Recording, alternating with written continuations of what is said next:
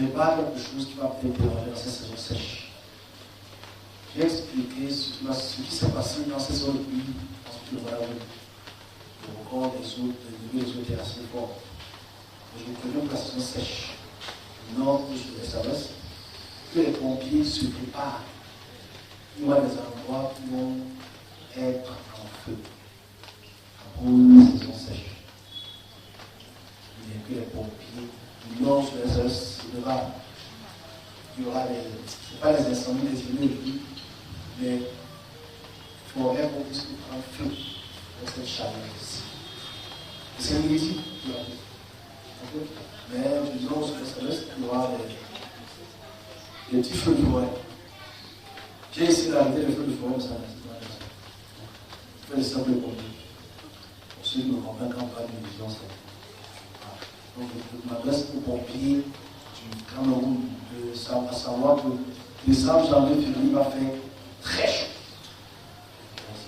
Le thermomètre va exploser.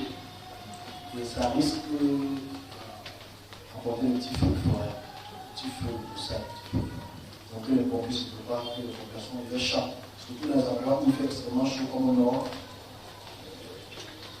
Il peut avoir ce type de le Cameroun et les pompiers se préparent. Je ne suis pas pompier, mais j'étais quand même pompier le jour-là. Je ne vais pas vous écrire ça parce que c'est une énième chose. Alors on fait ça par une énième fois. Je l'arrête là. Ok. Allez. Ok, bon, j'ai quand même fait 2 heures sur le temps. Ça, c'est le droit d'anniversaire.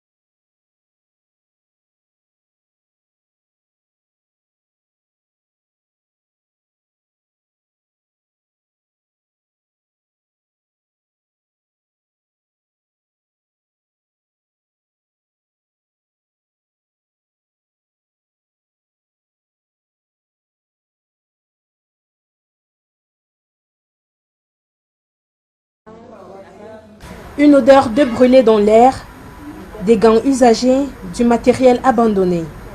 Voici les vestiges externes de l'incendie qui a eu lieu au sous-sol du Live Night Club à 2h30 ce dimanche. Sur le carreau, selon un communiqué du gouvernement, 16 morts et 8 blessés. La boîte de nuit est scellée et quadrillée par des éléments de la police et de la gendarmerie. Le sinistre attire les riverains et les familles inquiètes.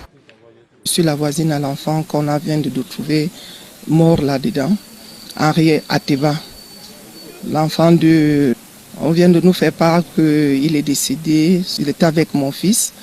Ils sont partis prendre un pot, ils sont revenus ici au Yaouba et quelques minutes après on le fait appeler pour lui dire qu'il y a eu l'explosion ici au Yaouba. À son arrivée, selon ce qu'il m'appelle pour me faire comprendre, il a trouvé que Henri Ateba était déjà décédé. Et Jonas Miché, lui, gravement blessé, brûlé, il a apporté pour l'amener à l'hôpital central. Il est entre la vie et la mort là-bas. D'abord les bruits, les cris. Et comme je suis aussi voisin, n'est-ce pas, à ce Sinac-là, c'était quand même des cris de secours. Je suis sorti pour voir ce qui se passait.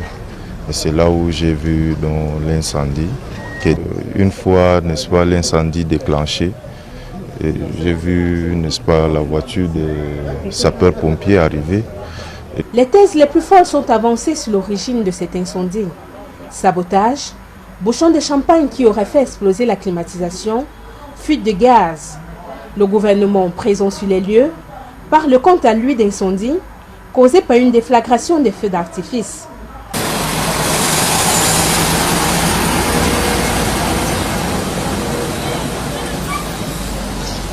La direction est ensuite prise pour l'hôpital central de Yaoundé où ont été conduits les blessés. Pour finir, le cap est mis sur l'hôpital militaire d'Ekounou où sont entreposés les 16 corps. Il n'est pas permis de filmer en ces lieux.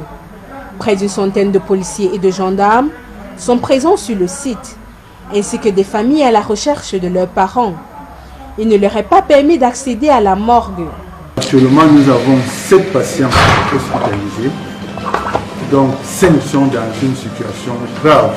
Pour commencer la prise en charge, nous avons reçu chaque famille, nous avons parlé avec eux, on a parlé de la gravité de leurs patients, si bien qu'ils sont tous informés de cette gravité.